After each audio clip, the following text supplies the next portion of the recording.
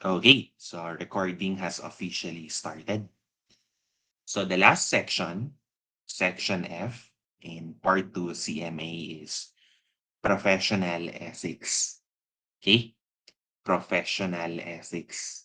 That is the last section for part 2. By the way, the new name of part 2 is strategic financial management. Although the contents are still the same, no? Dun sa name ng ating subject. At the end of the day, we opt to call it strategic financial management. Yun yung buong pangalan ng bagong part 2. Okay? So, although the weights have changed, the contents are still the same. So, dati itong professional ethics nasa 10% lang. But under the new curriculum, this is going to consume 15% of your exam time. Professional ethics. Okay? So ethics studies what is right and what is wrong. It is to be distinguished from law, no? What is legal is written somewhere, okay? Nakasulat sa batas kung ano man ang legal. But what is right or wrong is something that is more abstract. It is something that is not as straightforward as what legal is. Okay? So ethics basically is a study of what is right versus what is wrong. Anyway, enough of the introduction. Let us see if you're able to absorb the lessons in professional ethics. This question. All of the following statements about ethical and legal behavior are correct. Except, okay, 2 minutes. I will give you 2 minutes to answer.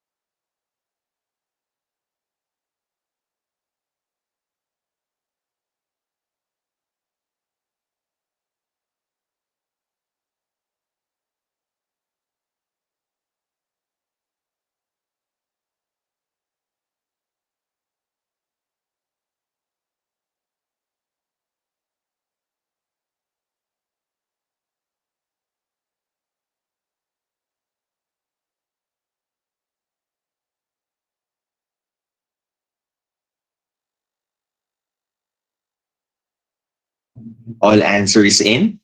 Enter. Enter now. Everyone, let us enter.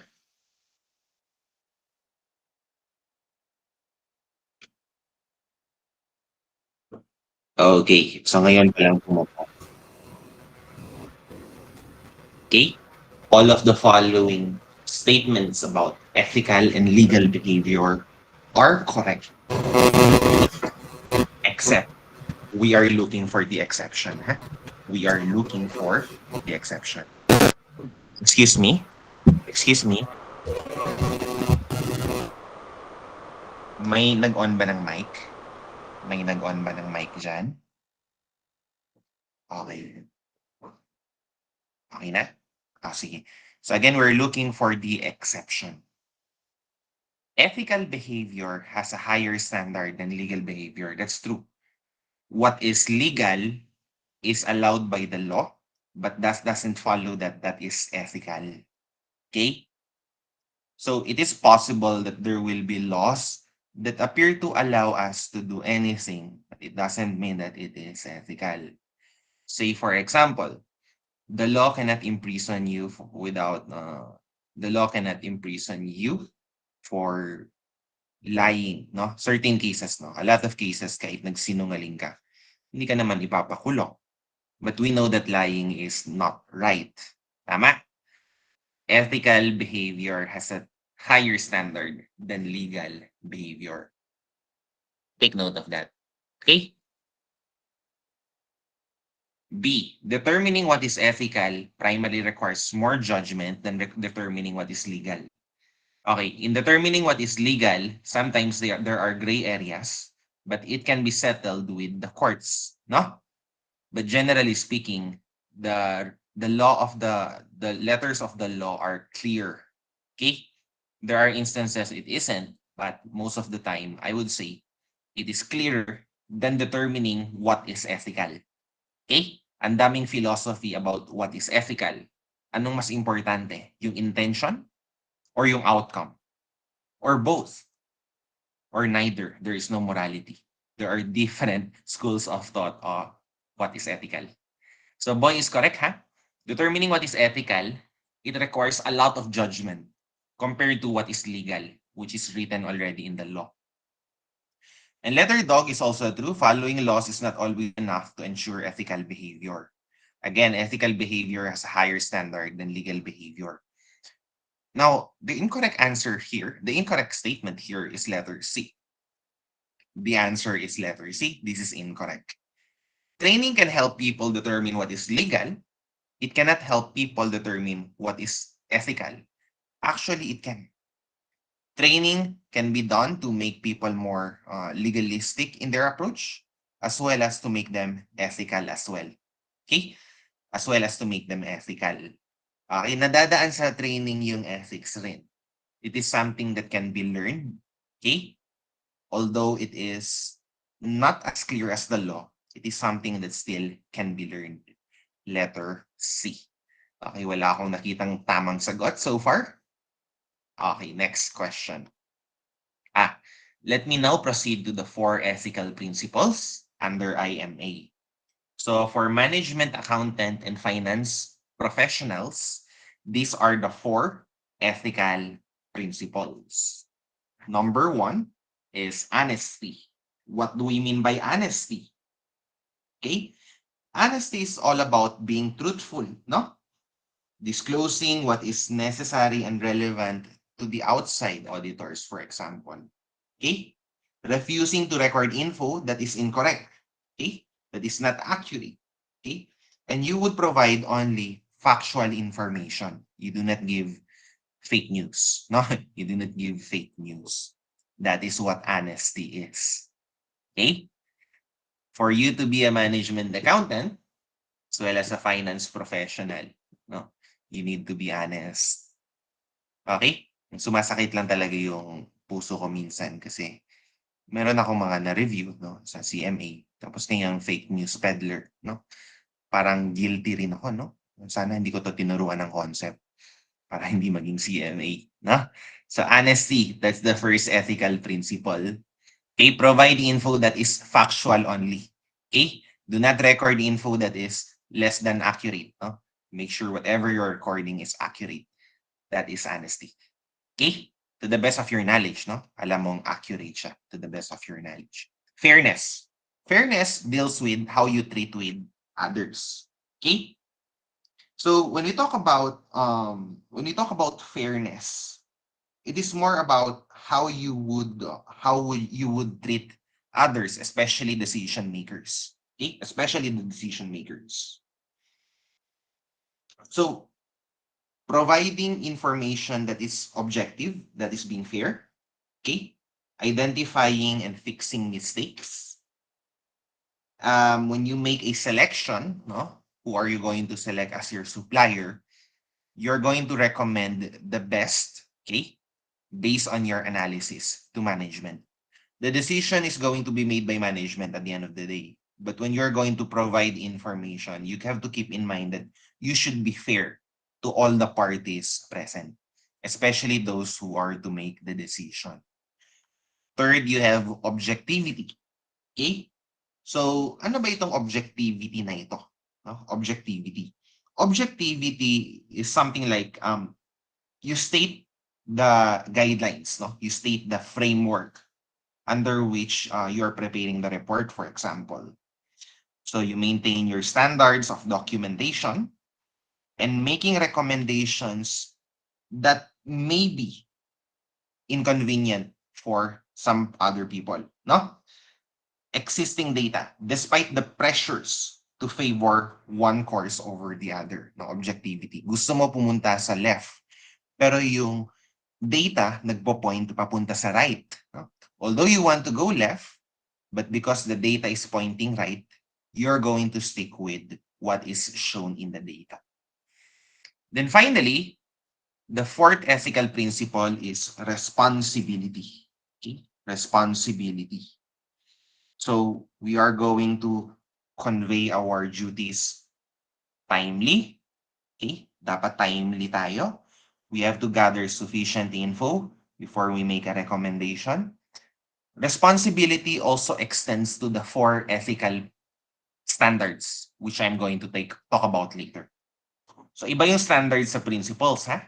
The four ethical principles for management accountants and finance professional, no? IMA members include honesty, fairness, okay? How you treat others, objectivity, and then responsibility.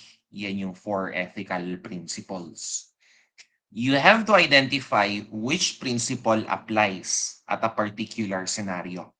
Okay? So maybe you know what to do in a particular scenario, but sometimes the question in the examination would ask, okay, what is the relevant ethical principle? Clear?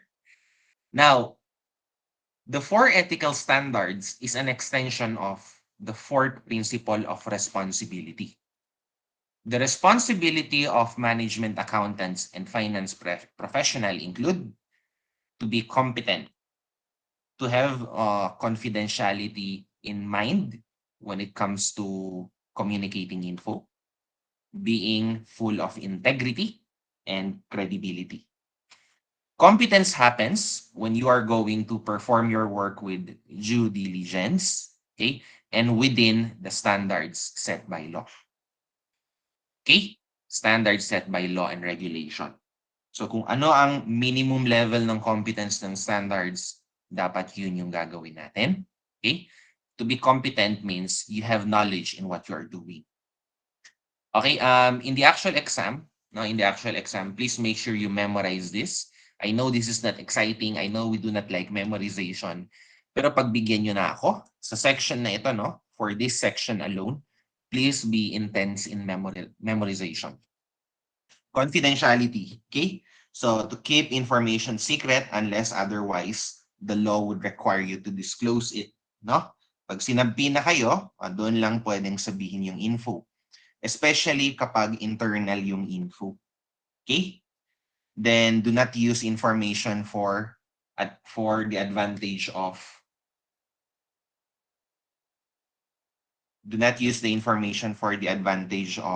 unethical parties, no? Integrity. Okay. Integrity is how you would resolve conflicts of interest. Okay? When you resolve conflicts of interest, you mitigate them, no? You minimize. You communicate that you have a vested interest in this decision. Maybe you would like to abstain. No? You would like to be inhibited from deciding. Kasi, kunyari, may hawak kang stocks sa XYZ company. Pinag-uusapan ng company nyo kung bibilhin ba o hindi. You have to disclose that you have stocks in that company. Okay? Which may render your information biased. No? To have integrity is to know, no, kailan ka pwede maging bias. Okay? You have to disclose them. At the end of the day, being of integrity means you're not going to engage in activity that will discredit you and the profession as a whole. So, hindi ka papasok sa isang bagay na pwedeng ikasisira ng pangalan mo o kaya ang pangalan ng lahat ng management accountants at finance professional. Okay? Credibility. Credibility comes hand in hand with competence. You become credible when you are competent. No? You communicate information fairly and objectively. You provide all relevant info. Okay? Whenever there are delays, you tell them. Okay? And then you communicate the professional limitations. No? To be credible means you are believable. So, gawin mo yung mga bagay na yun. No? Communicate info objectively because it enhances your believability, no? Your credibility. Anyway, let's go to the question and answers. Go to this question. I'll give you 1 minute. Which standard in IMA Statement of Ethical Professional Practice states that the financial management professionals should not engage in activities that might discredit the profession? Okay, I'll give you 30 seconds.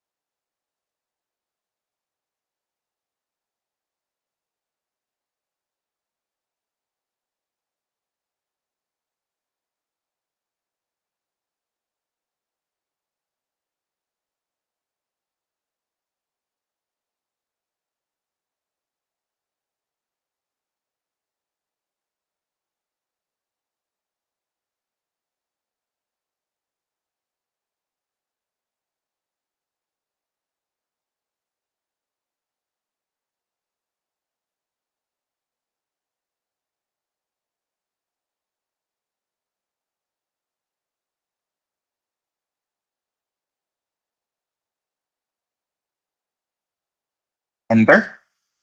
Enter now. Okay. In-emphasize ko to ha. To be of integrity means that you would avoid anything that will discredit you or the profession. So, yung binigay kong example kanina, no? Meron kayong i-acquire na company. Hawak mo pala 20% ng company na yon. You should disclose it. Okay? Baka mamaya hihingi ng recommendation sa'yo, magiging bias ka. Or at least you would appear to be biased. Kahit maging fair ka pa, mahirap maging fair eh kapag nandyan na yung interest mo. You have to disclose it, no? And then whatever you do, always keep in mind na ayaw mong sirain yung pangalan mo at pangalan ng profession mo. Integrity. Okay, this one, think very well before you answer. Number, uh, yeah, think well before you answer. 2 minutes. You have 2 minutes.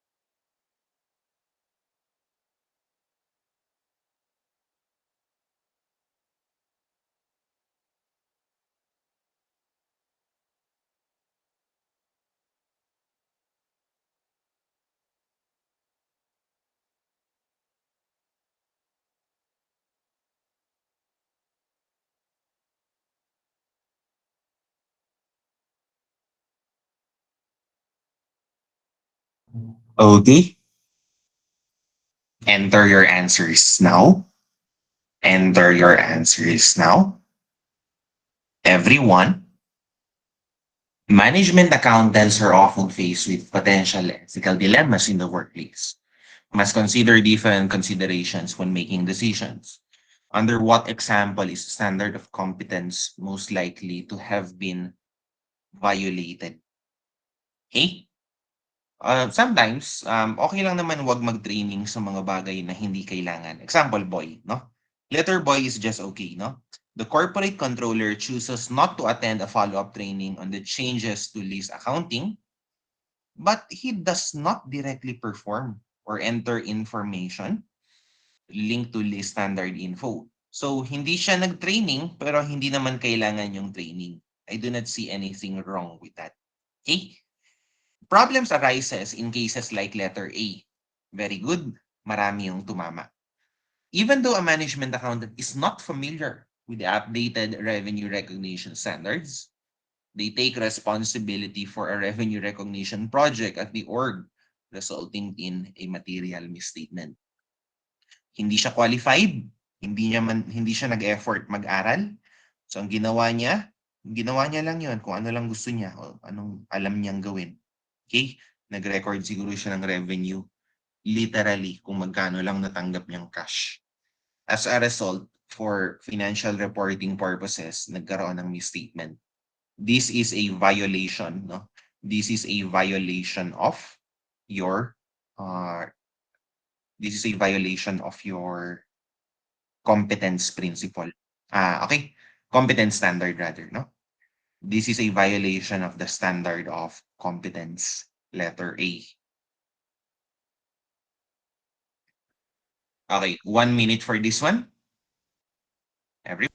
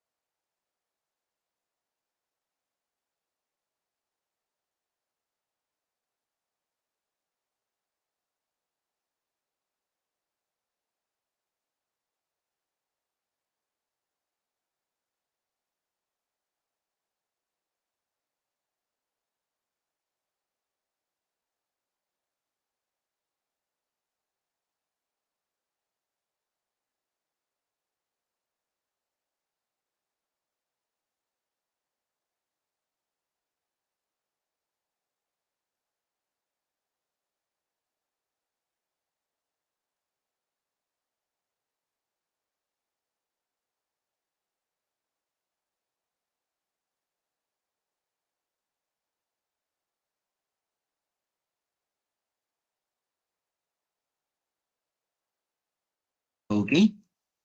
Enter your answers. Enter your answers, please. At an organization facing significant shareholder pressure to meet quarterly earnings results. Sabi ng mga shareholder, gusto ko kumikita yung company. Okay?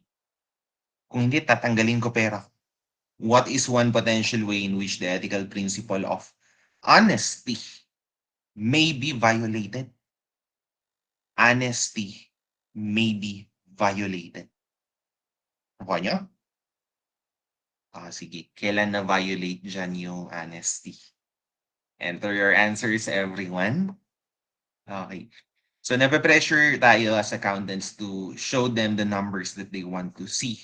But that's not the right thing to do. Being honest means being truthful. Okay? To be honest means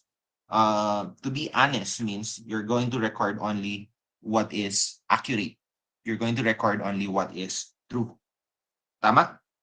Providing factual information, no? Not fake news. So the answer here is letter boy, na violate yung honesty. Honesty would be violate at an organizational level if the footnote disclosure at the organization did not correctly state. Yung notes, it did not correctly state and document info that would be material to external users of shareholder information. Okay? So again, to be honest means to report only anything that is factual. Okay? Accurate to the best of your knowledge. Okay lang? Yung letter A, hindi naman yan problema ng honesty, no? This is a problem of competence, no? Not receiving consistent ethics training and education. Letter C, there's nothing wrong with letter C. Binigay niya under US GAAP, tapos yung under non-US GAAP, as long as well stated na hindi siya GAAP. No? Okay. Letter boy, ito talaga yung violation ng honesty. Very good, everyone. I can see a lot of correct statements. How about this one? How about this one?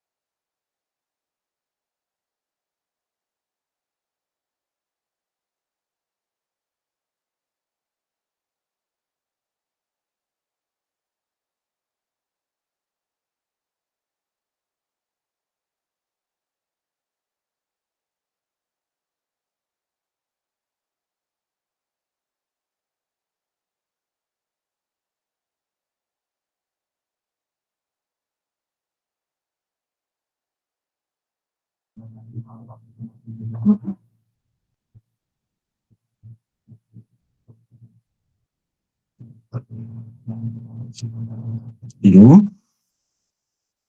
Sige, 20 seconds more. Game na ba?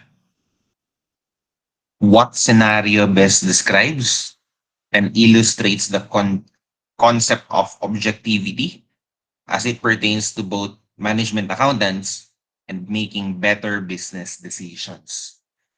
Okay. Pagdating sa objectivity, imagine nyo ganito, no? Gusto mong pumunta ng kaliwa, but the data tells you to go right. No? Pupunta ka dapat ng kanan. Okay? You have to report it as a management accountant. And if you are the decision maker, no, if you are the manager, you also do the right thing based on the information given to you. Kahit na yung feeling mo dun dapat sa kabila papunta. So between options X and Y, even though you would like alternative X, if the data is pointing out that Y is better, then that is what we're going to go with. Okay lang? Enter your answers. Enter your answers, everyone. Enter your answers, everyone. Okay. Being objective in a business context means that even if your personal financial payoffs are reduced, even if it will be reduced, the best decision must be made for the business. The correct answer is letter A. Very good, everyone. Mukha naman naintindihan nyo, no? Mukha naman naintindihan ninyo. Okay? So, hihingin ko lang, no? Kasi mag-e-exam kayo. Please memorize. No? Memorize. Kasi sa actual exam, no? Sa CMA, magkakaroon ng essay. Magkakaroon ng essay sa actual exam. So, maybe they are asking for the exact words. But aside from that, at the back of your mind, alam niyo yung meaning ng bawat word by heart. No? Ay ganun, objectivity. Hindi ako gagawa ng, yung pipiliin ko bagay, yung ikabubuti ng negosyo. Hindi lang yung ikabubuti ko. Okay? So the correct answer here is A.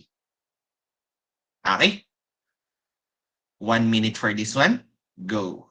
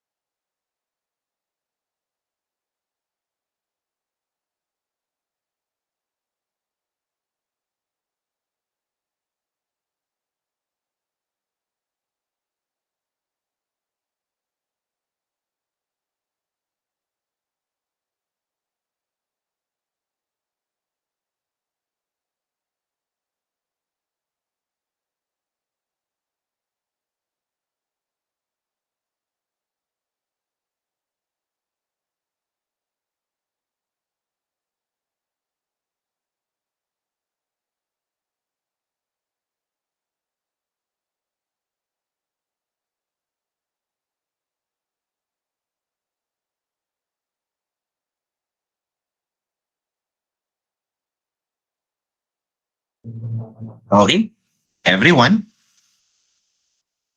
everyone, please answer. All of the following statements regarding morality and virtue are correct, except, okay. So, morality can be described as following a set of rules or principles. Yun yung meaning ng morality in order to answer the question, what should I do? Okay lang? Iba yung morality at virtue ha. Morality and virtue are not the same. Yung virtue kasi, what kind of a person should I be?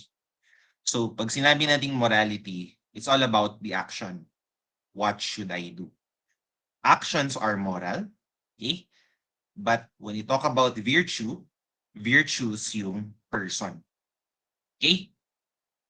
So, a virtuous person is a good person. Okay? Moral, the word moral best describes the action that you are taking. Nakuha nyo? Excuse lang ha.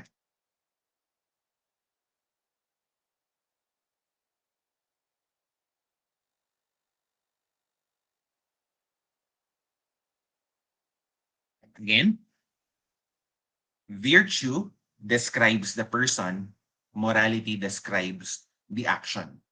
So the incorrect statement here is if an individual makes a decision or choice that is morally correct, he or she is a virtuous person. Not necessarily. Bakit hindi necessarily totoo yung boy? Kasi yung virtuous person, okay, it's all about what is in him.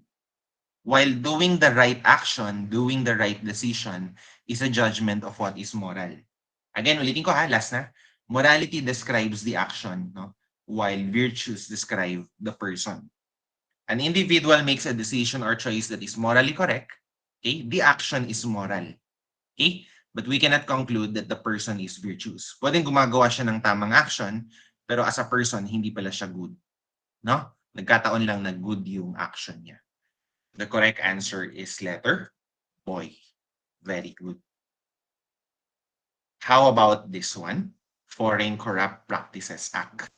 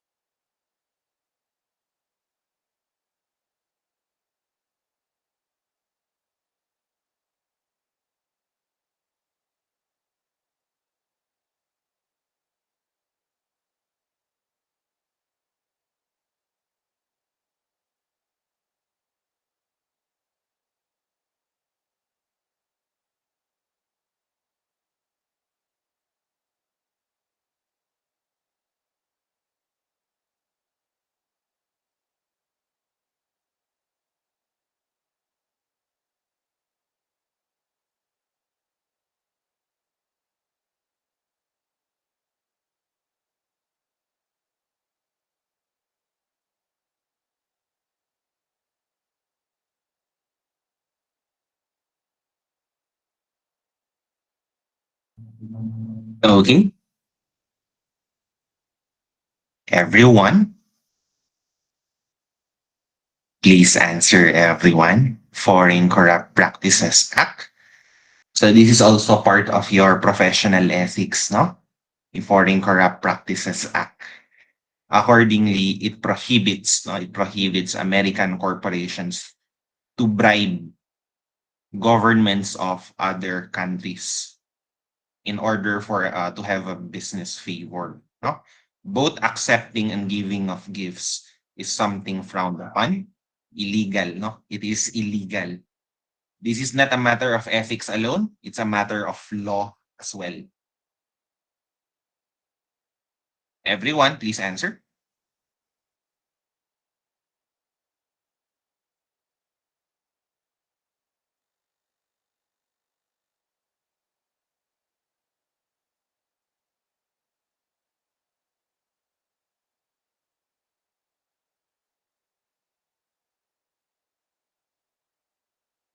Everyone, please. While doing business overseas, the CEO of a US car manufacturer delivers a gift of an expensive luxury car after successfully negotiating a contract to expand operations into the country. Does this potentially violate FCPA? Okay, hindi ito biro ha. You do not simply give an expensive luxury car. Okay? This is not something that you would give to your friend, no? Kaibigan mo, bibigyan mo ng expensive luxury car. I don't think so. So the short answer, okay, pending investigation, this appears to be a violation. This action violates FCPA. Giving and accepting such a gift could be a non-monetary bribe. Hindi siya in peso, hindi siya in dollar amount, but that's still a bribe. Potentially violation of an FCPA. Okay? Kaya may word na potential kasi subject to investigation pa, no? Hanggat hindi pa sinasabi ng korte, okay, potential pa lang yan. Pero kung sinabi na ng korte, huwag nyo nang awayin yung korte, no? Kung may sinabing ganun yung korte, totoo yun. Okay? 99% of the time.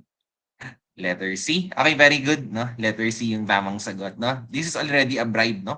You do not simply give an expensive luxury car to someone who is your friend. Anyway, next question. This is about reinforcing, no? Reinforcing the core values and ethical behavior to your employees. 2 minutes, go.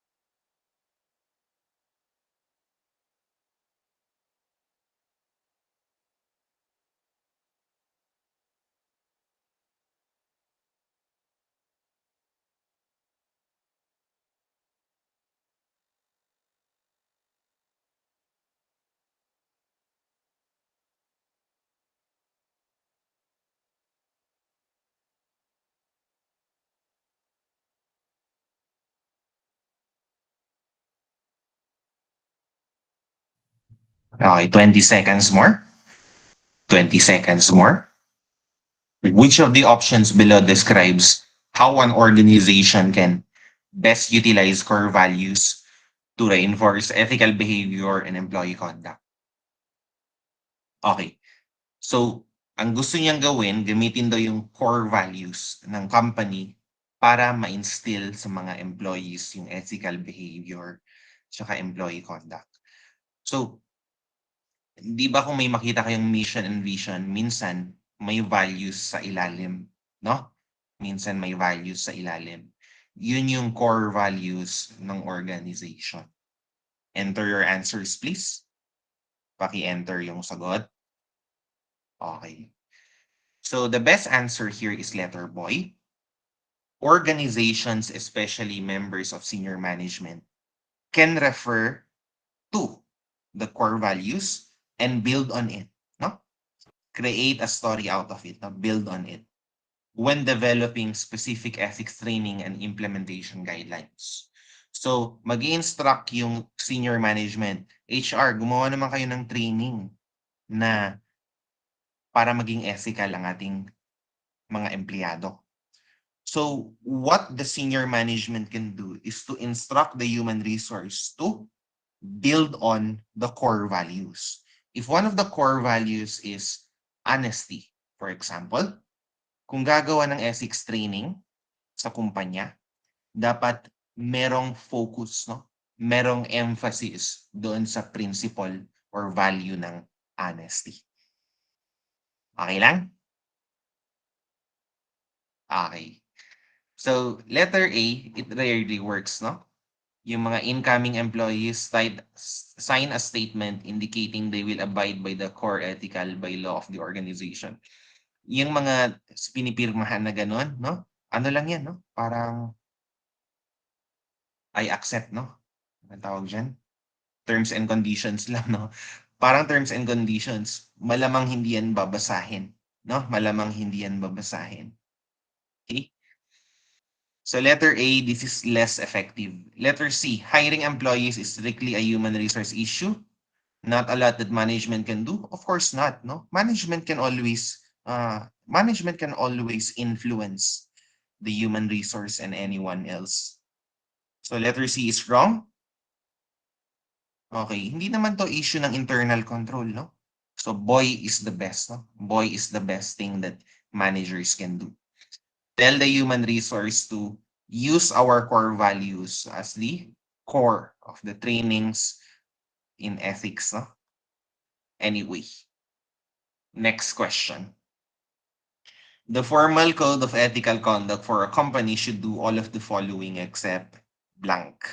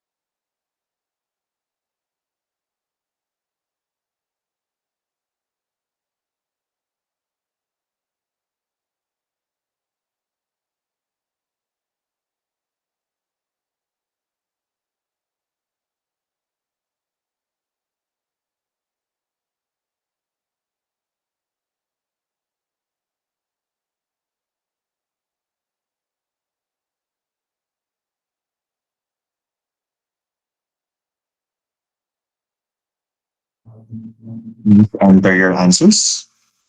Please enter your answers. The formal code of ethical conduct for a company should do all of the following except blank. Okay? Except blank. Enter your answers. Again, ethics is more than the law, no? Being ethical is more than being legal. Boy is a very no-no. Reflect only the legal standards of conduct of employees and organization. Again, there's more to ethics than being law-abiding. Okay? Part of ethics is to follow the law. But following the law does not necessarily mean you are ethical. Okay? So sa formal code of ethical conduct, it should effectively communicate acceptable values to all employees. Nakikita ng employees ano yung katanggap-tanggap na behavior, values, provide guidance on compliance requirement, and then provide guidance on the behavior for employees when making decisions. All of this should be reflected in the code of ethical conduct. What it should not do is to reflect only the legal standards. Okay? Next question. We'll give you 2 minutes. Think very well. Think very well.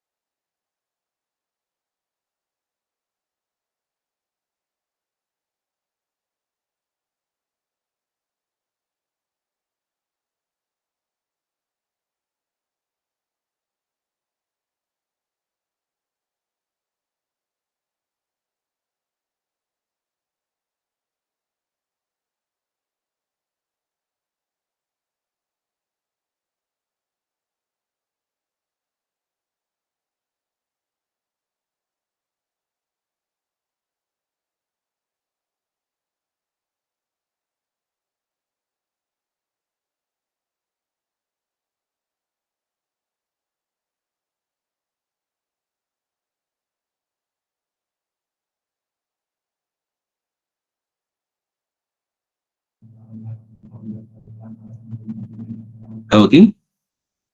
Gain. What is a primary benefit of instituting employee training related to ethics and ethical behavior? Enter everyone. Please enter your answers, everyone.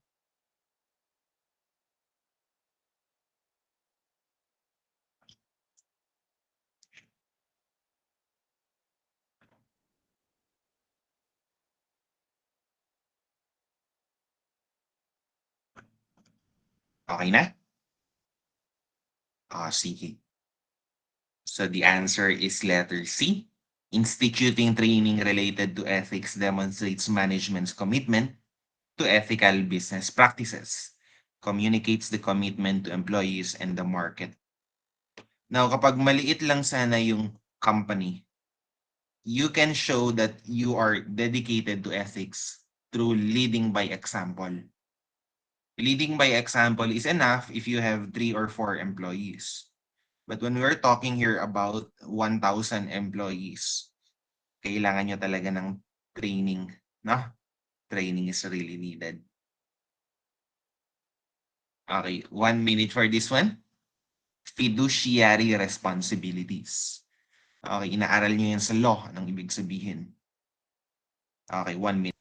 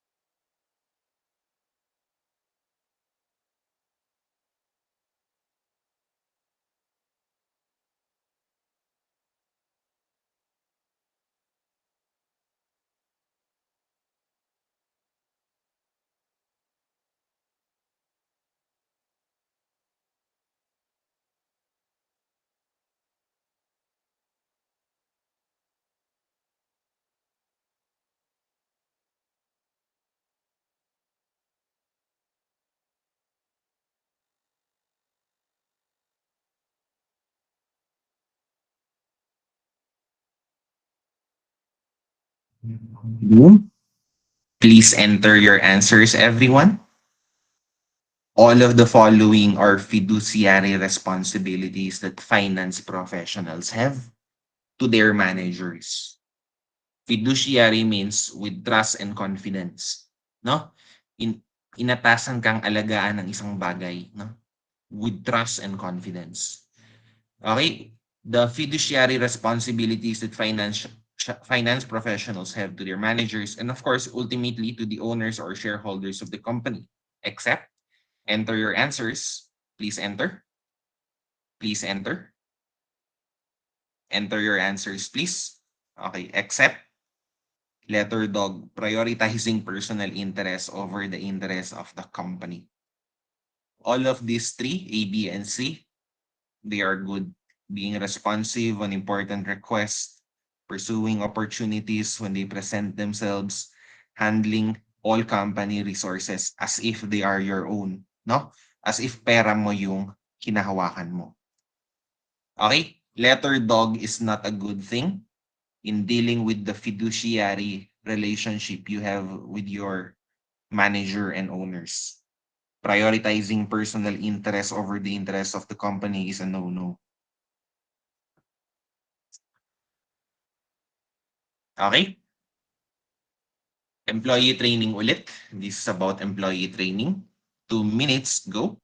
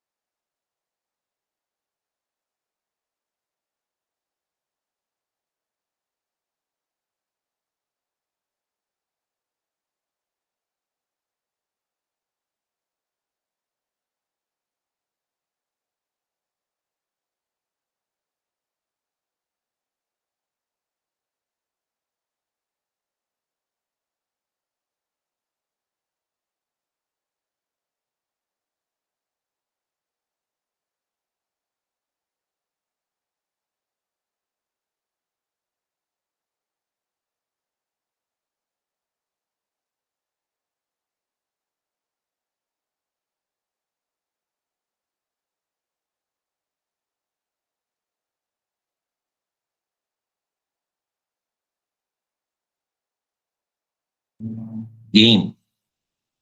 Which of the following statements most accurately summarizes how organizations can use employee training to ensure understanding and adherence to ethics related objectives? Enter your answers, everyone. Enter your answers, everyone.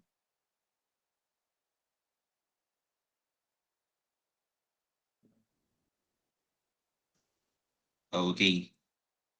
So it's C. Consistent and repeated employee training will reinforce the core ethics standards of the organization, provide an opportunity for employees to apply ethics to their specific circumstances. Okay? Ang nagpapamali sa A, may nakita kasi akong sumagot ng A, no? Hindi kasi siya dapat standardized, no? Across different employee levels. Iba yung ethical dilemma ng janitor sa manager. Do you agree? This should not be standardized. This should not be standardized, no? This should not be standardized. The training should be appropriate for the level of responsibility one is handling. Okay? If you are a staff level employee, more likely yung mga fraud na gagawin mo are those related to office supplies, no? Maybe you are just taking home the printer. Inuuwi niyo yung printer. Grabe naman, no? Okay. So that's unethical, di ba? So that's the concern of lower level, no? Do not perform things that are going to affect the day-to-day operations. While dun sa top management, more likely yung concern mo ipakita sa mga shareholders na kumikita yung company para naman mag-invest sila lalo. And in the process, maybe you are conducting aggressive accounting, no? Minamagic mo na yung accounting mo.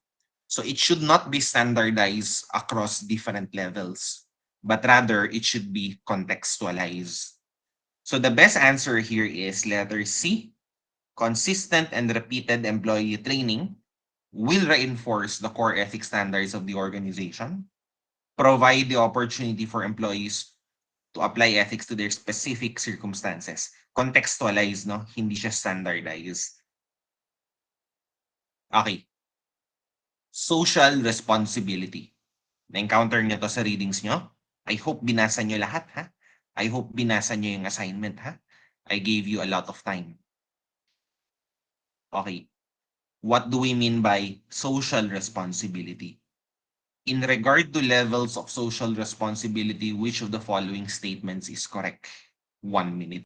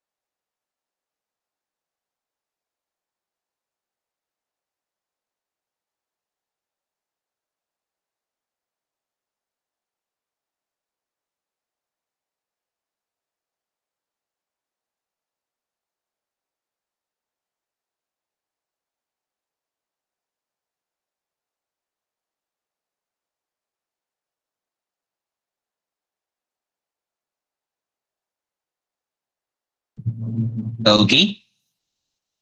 Game? Okay. Pag sinabi nating ethical level, what is ethical level?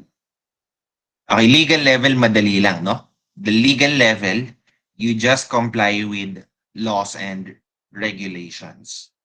Tama? Ethical level is about complying with laws and regulations. So enter your answer here. Enter your answer here. Everyone, please enter. Enter now. Paki-enter. So pag sinabi nating legal level, okay, complying with laws and regulation. Tama? Now, pag sinabi natin philanthropic level, mapagkawang gawa in Tagalog, no? Mapagkawang gawa, philanthropic level, it involves giving back to society. Okay? Giving back to society. So, legal level, you just comply with laws and regulations. So, social responsibility usually requires a philanthropic level. May mga makikita kayong companies, no? Companies who are planting trees, no? Who pledge to plant trees. There are companies who pledge to give portion of their profits to the hungry children, for example. That's the philanthropic level. So legal level, you just comply with laws and regulations. Philanthropic level, you do more than that and give back to society. Okay. Internal control, how does it relate to ethics? 1 minute. Give you 1 minute for this one.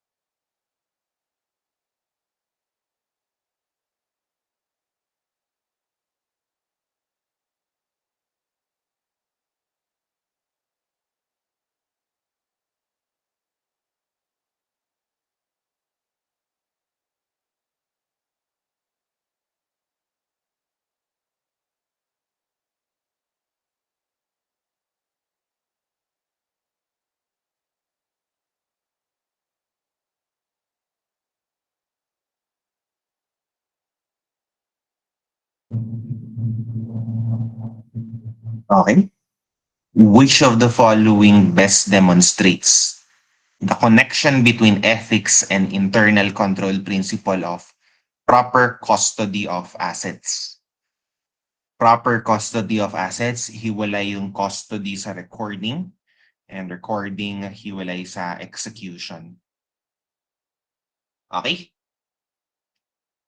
Separation of duties, no? Proper custody of assets, hiwalay sa recording, tapos hiwalay din sa execution pagdating sa custody. Okay, how are the two related? Ethics and proper custody. Enter your answers now.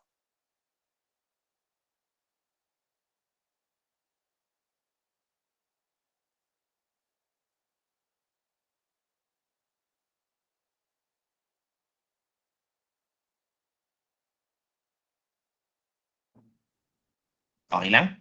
Enter? Okay. So, kung naalala nyo yung fraud triangle, no? It removes the opportunity, no? Proper custody may remove the opportunity. The best answer here is dog. Maintaining a strong set of internal controls to safeguard organizational assets is an excellent preventive steps, no? Preventive step to help keep unethical behavior from occurring. So kung sa umpisa pa lang, no, walang opportunity, no, may preventive step, edi hindi mangyayari yung unethical behavior. Okay? So that's ethics and internal control.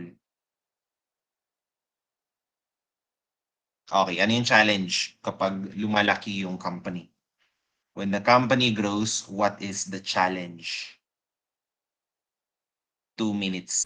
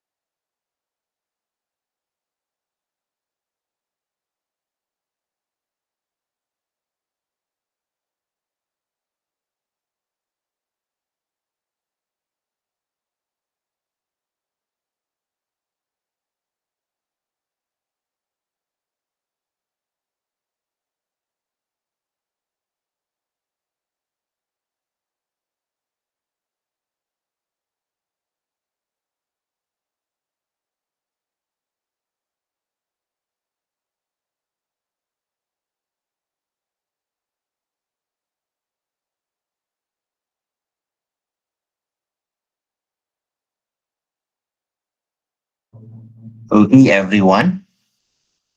Everyone, please answer. Enter your answers now. Please enter. Okay. Based on IMA Statement of Management Accounting Values and Ethics, from inception to practice, what is an ethical challenge that an organization faces as it increases in size and scope? Okay, yung distance ng top management sa lower level managers, sa lower level employees, lumalayo na. No? Hindi na nakikita ng staff yung CEO araw-araw. Tama? As a company grows, a key challenge is that ethical behaviors and codes of conduct must be moved from an informal lead by example model to a more formal standardized framework like having trainings conducted periodically. Okay? So kapag maliit yung company, pwede na yan by lead by example, no? Kahit huwag mo nang gawin yan. Pakita mo lang na tama yung ginagawa mo. You're doing the right thing. And then your employees would follow. Okay? Just communicate that you expect the same from them. But when the company grows from 3 employees to 300 to 3,000, you would need a formal and standardized framework. Correct answer is letter C. Okay. Why maintain an ethical code of conduct? What's the best reason? Enter. O sige, 1 minute.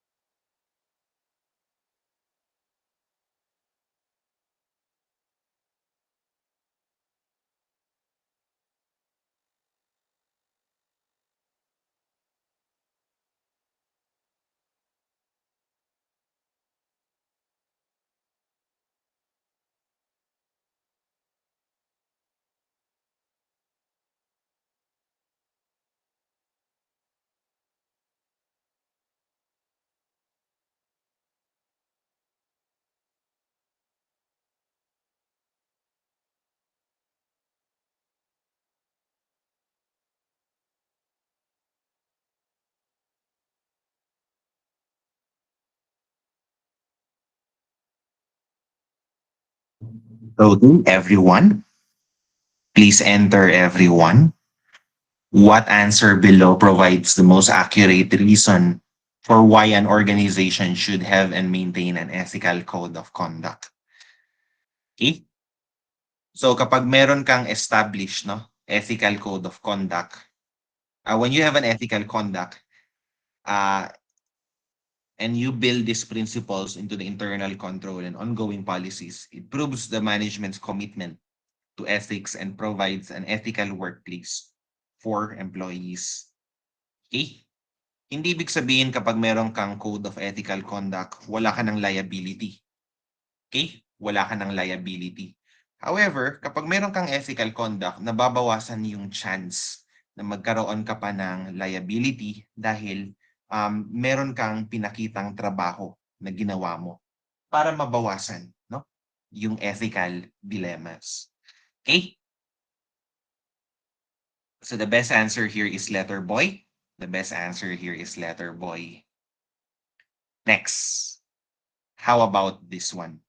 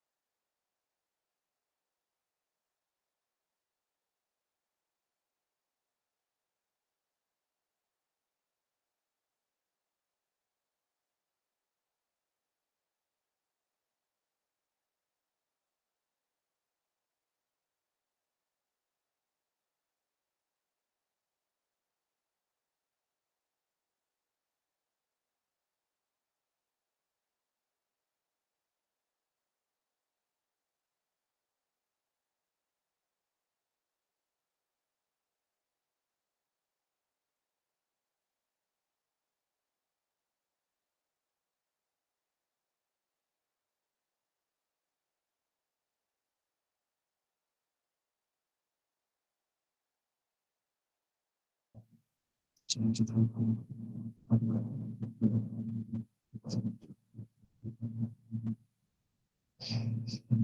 ulitin ko ha. Pagdating sa ethical code of conduct, when you establish it, you can build it into the internal control. No, it doesn't mean that you are exempted from liability. However, when fraud happens or whatever violation of ethical standards happen, at least meron kang maipakita. Now let us move on to this question.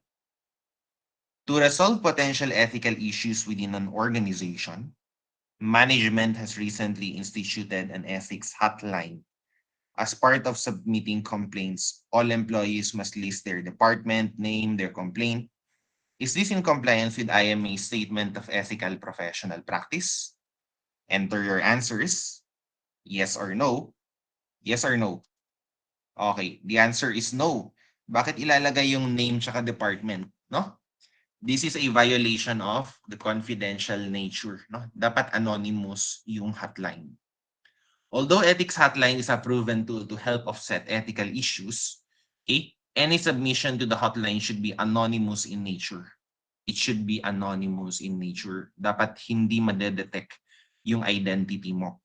So wala dapat yung name, yung department, tsaka yung complaint. Correct answer is letter A. How about this one? How about this one?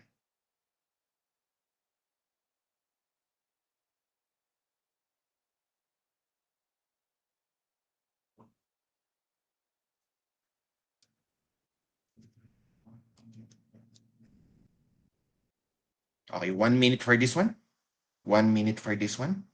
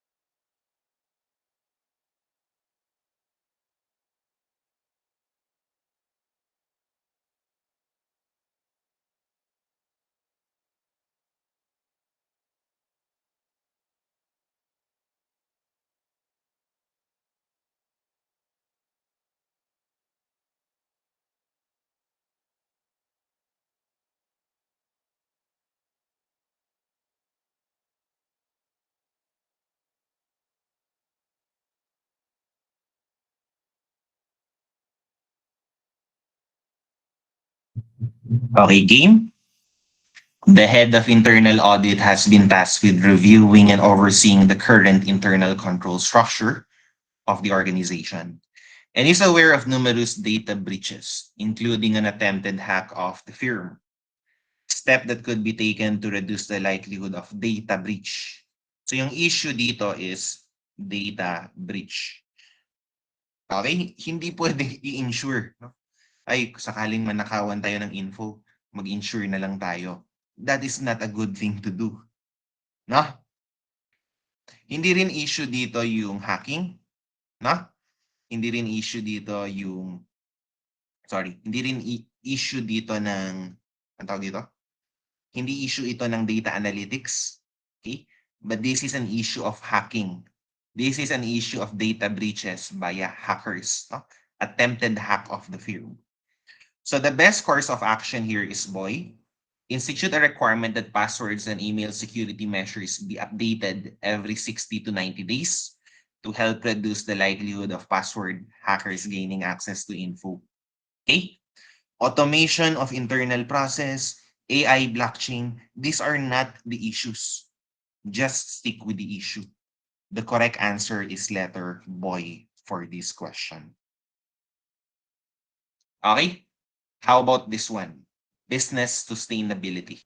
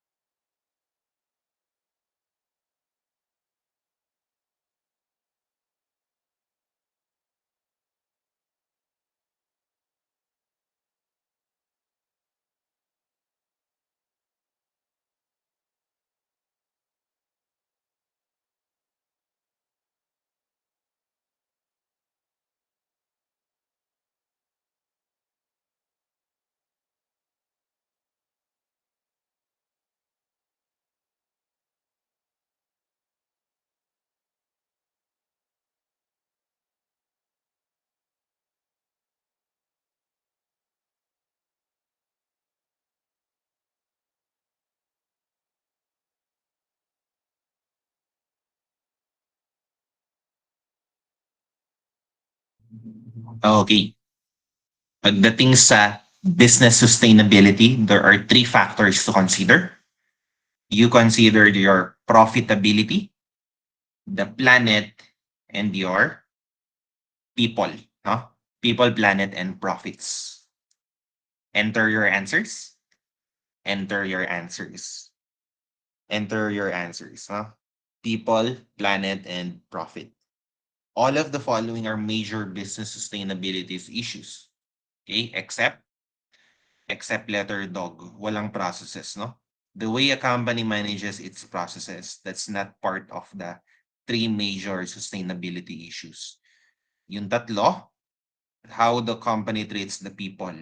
Kasama dyan yung employees, customers, yung suppliers, society at large.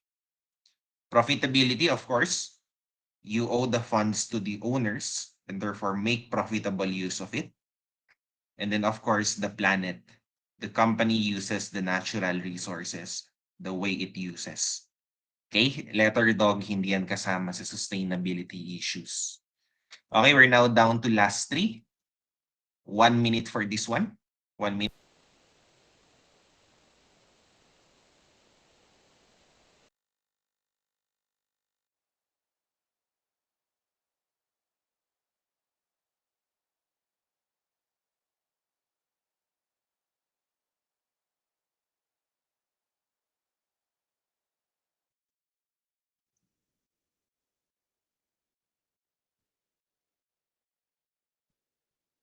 All of the following are major business sustainability issues except enter now.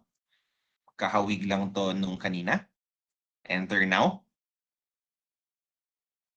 Enter now. Okay, napakababaw ng invoice, no? So isipin nyo yung profit. Ito, people. Use of water, that's planet, no? Profit, the people, and the planet. For a business to be sustainable, dapat i-consider yung tatlong bagay.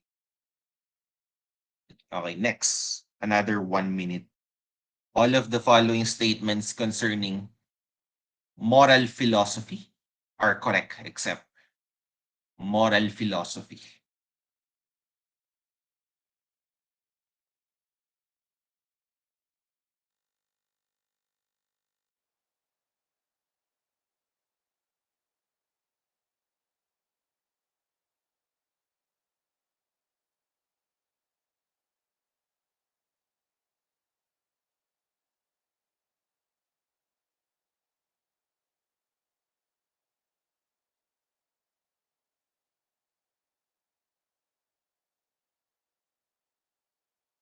Game? Enter now. Moral philosophy. Enter your answers. Moral philosophy. Okay, it's B. It's not true that moral philosophy is not useful in the business context because it's theoretical and not practical. All the types of philosophies can be put into practice. No? There will always be a way to put them into practice. The question is whether you will do it or not. No? It's not accurate to say that it's not useful in the business context kasi masyado yan theoretical. No? So what's moral philosophy? It's the philosophy that examines how people should live their lives in relation to others. Okay? It's a branch of philosophy that contemplates what is right and wrong with respect to action and character. No? Moral philosophy is about action and character. Okay, mali yung boy ha. Maling statement yung boy. That's the correct answer. Okay, next. This will be the last one. Okay, 1.5 minutes. Kaya nyo na yan, no? Which of the following scenarios will benefit most from the implementation of an ethics hotline to offset a potentially unethical situation?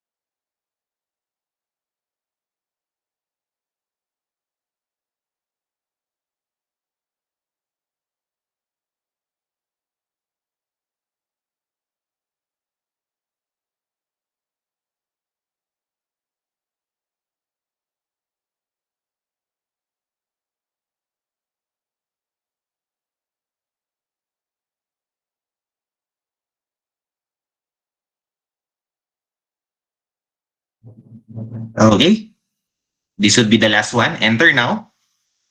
Which of the following scenarios will benefit most from the implementation of an ethics hotline to offset a potentially unethical situation? Enter your answers now.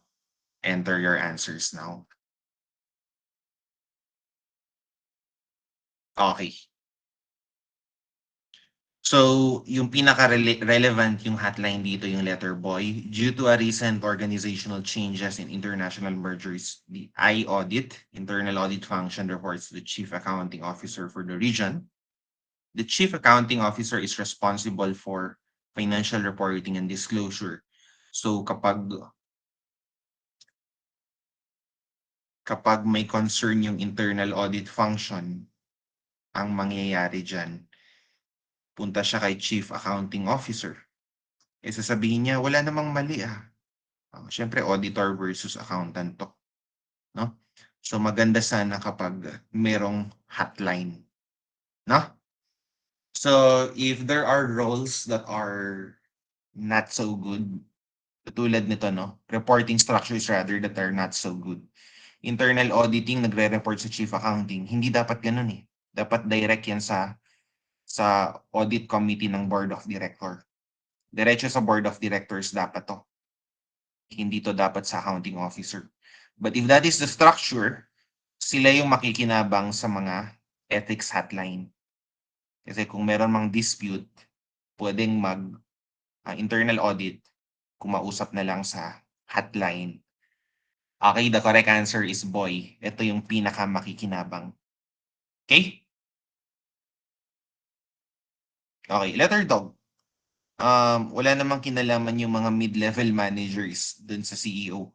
The CEO was already fined 5 years ago. Okay? So yung mga mid-level managers, more likely natauhan na yan, no? Nasampulan na sila. So ito talaga yung problem, oh. Nagkaroon ng organizational change, nagka-merger, tapos yung structure magulo.